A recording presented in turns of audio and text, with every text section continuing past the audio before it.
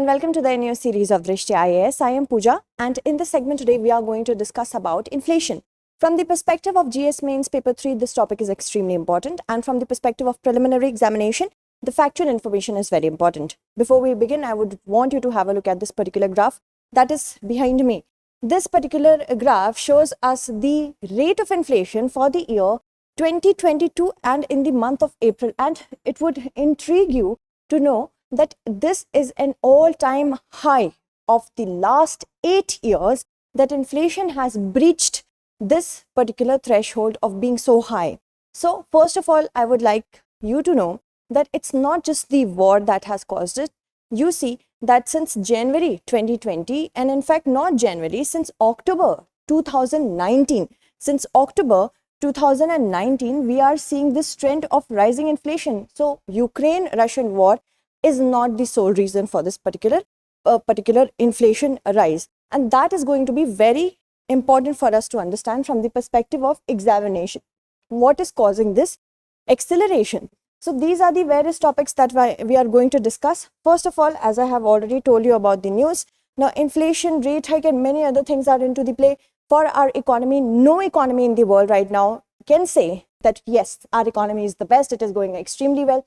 And for India, the Monetary Policy Committee has a job, and RBI has a job to keep the inflation rate of the band 4% and 2 plus minus. That means the range to keep the inflation for the country is 2 to 6%. And now you see that the current inflation for the April month of 2022, this has already been double. 4 into 2 is equal to 8%, that is 7.79% you can say, but it will be having accountability with respect to the inflation band range to the parliament if it stays like that, because experts are suggesting that the inflation rate is going to be above 6% for the next coming months. That is going to be a problem. Let's know about inflation. What is inflation? Inflation in general terms means price rise, but if you look at the depth of inflation, you will find more facets to it. First is inflation is the rate at which the value of currency is falling. First, value of currency is falling. That means purchasing power of the currency is falling. I might buy a packet of Maggi for 10 rupees. Now I have to buy it at 11 or 12 rupees, the same amount. Or it can also be like I used to buy 100 grams of Maggi for 10 rupees. Now for 10 rupees, I am getting a smaller pack of 50 grams. So this is inflation because the value of purchasing power or value of money is declining, and consequently what happens that it seems that the general level price of goods and services is increasing. It can be from various factors. First is demand pull inflation. Demand pull inflation is what? When the demand is a lot but the supply is not matching the demand. Cost push inflation is basically the price rise in the cost of production of a particular manufacturing good. And then built-in inflation is also there. Okay, so many important factors have to be taken into account, and demand, supply plus fiscal policy. Fiscal policy means the amount of money that the government decides to be kept in hand with the public is also going to determine a lot. The government is increasing the tax rate, I will have less amount of money to purchase other things. If the government is decreasing the tax rate, I will have more money, and if I have more money, the demand will be a lot and the inflation will rise like that. Okay, so consumer price index and wholesale price index are going to be the most two important tools for measuring the inflation, you can say. And for consumer price index, this is very important because RBI since the year 2014 has kept this as an indicator to measure retail inflation. So very importantly, we have to remember this. Then consumer price index is having the base year of 2012. Okay, and it has many facets into many constituents are there with respect to CPI that we will discuss later on. It can be positive or negative. That means inflation can be either positive or negative depending upon who it is impacting. Okay, retail inflation at 8-year high of 7.79%, that is approximately 8% in April. So what do we have to see? Fuel and food items, these are the main two components that are impacting the retail inflation right now. So first thing, headline inflation is increasing, even if because food and fuel prices for food items, we can say 46% of the component of CPI, 46% weightage is given to food. To fuel, it is 7%. Okay. And for other items, it's approximately 47%. So if there is even a 10% increase in the food prices, the retail inflation or the CPI reaches a high level. And vegetables, spices, oils and fats, household services, these are increasing. That is why it is causing a havoc with respect to CPI. The food price inflation combined for rural and urban surged to 17-month high of 8.38%. That is from April, if we compare them to March. And rural inflation rose to an 8-year high of 8.38%. Urban inflation was at an 18-month high of 7.09%. With respect to rural inflation, there have been 3 states who have been affected the most. First is, of course, West Bengal, then we have Madhya Pradesh and Telangana. This is the rural inflation. People being affected in the villages. For urban, we have Telangana, Gujarat and Madhya Pradesh. So Telangana is common for rural and urban both. Maharashtra, and then we have Gujarat, yes, for urban. So these are the certain states which are witnessing a lot of inflation. So moving on, if we talk about the problems with respect to inflation right now, because of the rise in fuel prices, the inflation prices are getting generalized, means that they are impacting each and every product that is there in the economy. This is called generalization. It is not just for one sector, but many other sectors as well. Transport and communication inflation, it also increased to 10.91%, and inflation for miscellaneous goods and services also jumped to a huge amount, marking 23 consecutive months of over 6% inflation, which is more than what the RBI wants to achieve. 4% is the ideal one. 2% to 6%, it can fluctuate.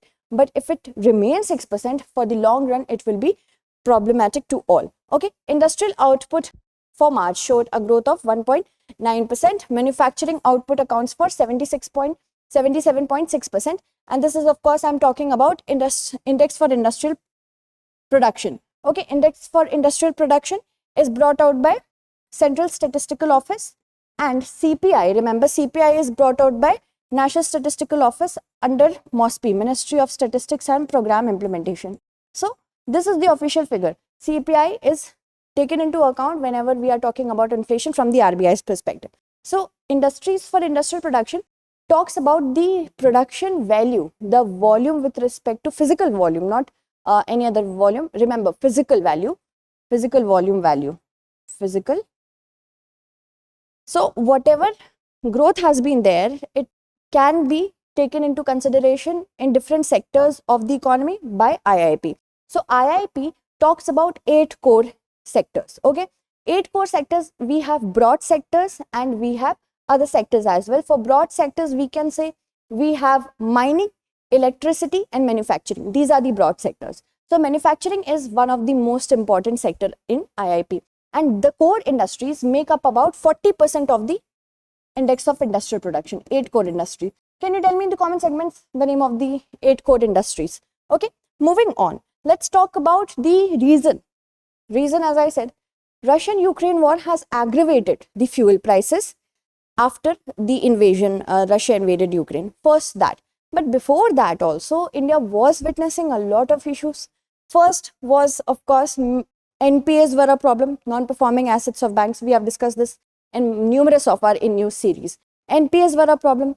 Then we had twin balance sheet problem, the balance sheet problems of the infrastructure and the balance sheet problems of the banks. Because infrastructure in companies used to take a lot of loans, they were not able to repay them back. So what happened, that industries had their problems with their own balance sheet, and that was spilling over to the banking sector. That is why bad banks were, after that they were made up. So these are the many things. Secondly, we also had unemployment, the problems with respect to unemployment, skill upgradation was also very less. So many things were there. And Russian-Ukraine war, of course, it impacted the oil prices, the energy prices, which went problematic further.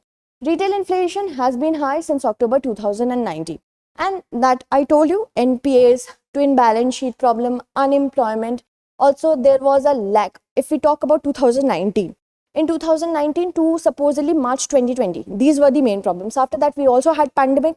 We also had labor crises, the migration crisis. So many things came into play. And headline inflation is calculated using consumer price index. As I told you that food, vegetable, fuel, these put a lot of pressure in consumer price index.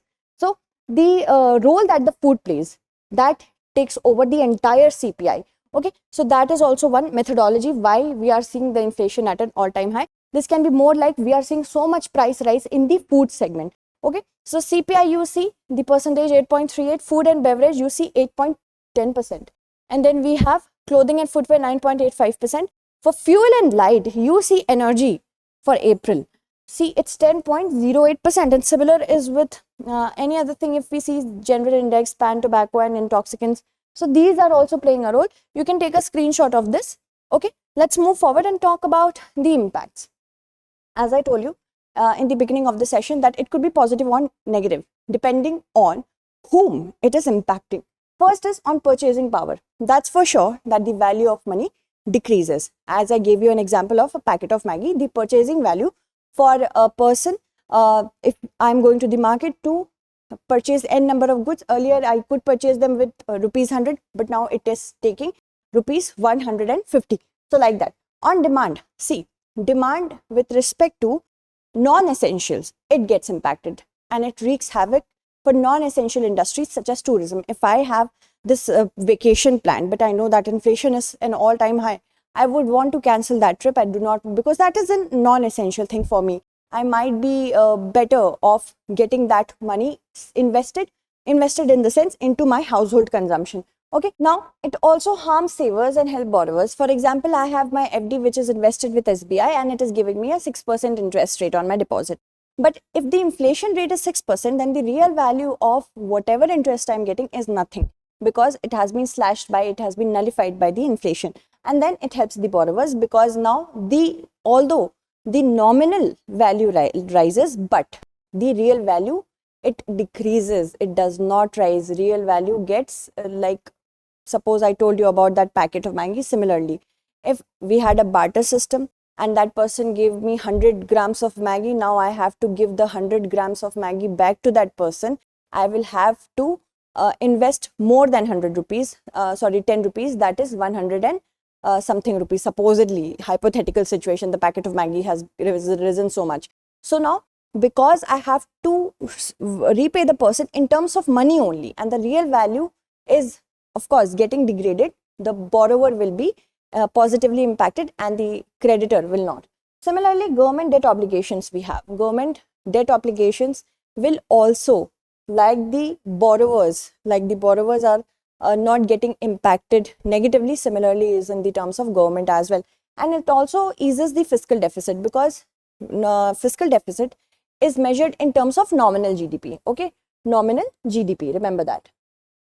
Now, because it is measured in terms of nominal GDP, then nominal GDP rises, real does not. Nominal GDP rises, but real does not. So whatever the fiscal deficit I had measured in terms of previous nominal GDP, because now it has risen, my fiscal deficit will become low. Okay, then corporates are actually impacted in a mixed way. If I'm a corporate and I see inflation, I would want to pass on the burden of inflation to my consumers and not take it myself. This could be profit making. But after a period of time, it can happen that demand gets down and investment may also get down with respect to that. It worsens the exchange rate system, as it already is doing. The problem is with respect to rupee and dollar is that rupee is getting weaker and weaker against dollar. So it is worsening the exchange rate. Expectations become high of a higher inflation. If I'm going through the same period of inflation 1, 2 and 3 months, then I will expect the inflation to rise and my market sentiment will go down. That has been happening. Market sentiments are going away. Foreign portfolio investments are also fleeing the market. A spike in interest rate that has already been done by the RBI is not going to only hurt consumption, but also the margins of listed entities. For that very reason, what happened? RBI, in order to curb inflation, has taken the help of what? Reverse repo rate. Reverse repo rate is the rate at which the banks, they park their or deposit their money with the RBI, and the RBI will pay a higher amount of interest rate to the bank now. That is the reason why the banks would not like to give it to the consumers, but the RBI, the central bank. In this manner, what happens? The liquidity gets sucked, and then the demand comes down and inflation comes down like this. Okay, moving on, let's talk about the hopes. First of all, we are not seeing any end. There is no end in sight for the Russian-Ukraine war. Transnistria is all now also getting impacted. This war may be prolonged now. Accommodative stance of the government and the RBI is going to help for a period of time, but weak consumption demands is likely to witness more headwinds in the coming days. And protracted tensions could also create issues in corporate profit because it will decrease the demand. Okay, and investment climate will get affected. So, prelims alert, consider the following statements with respect to inflation. These are the two statements. In short term, the government, which is the single largest borrower in the economy, benefits from high inflation. Inflation also allows the government to meet its fiscal deficit target. We have to select the correct statement. So these are the options you have to choose from, and look at the mains question. Short-term inflation is healthy for contemporary economy. Comment in 250 words. That's it for today. Tomorrow we shall meet again with another segment. Until then, stay updated, and thank you so much for watching.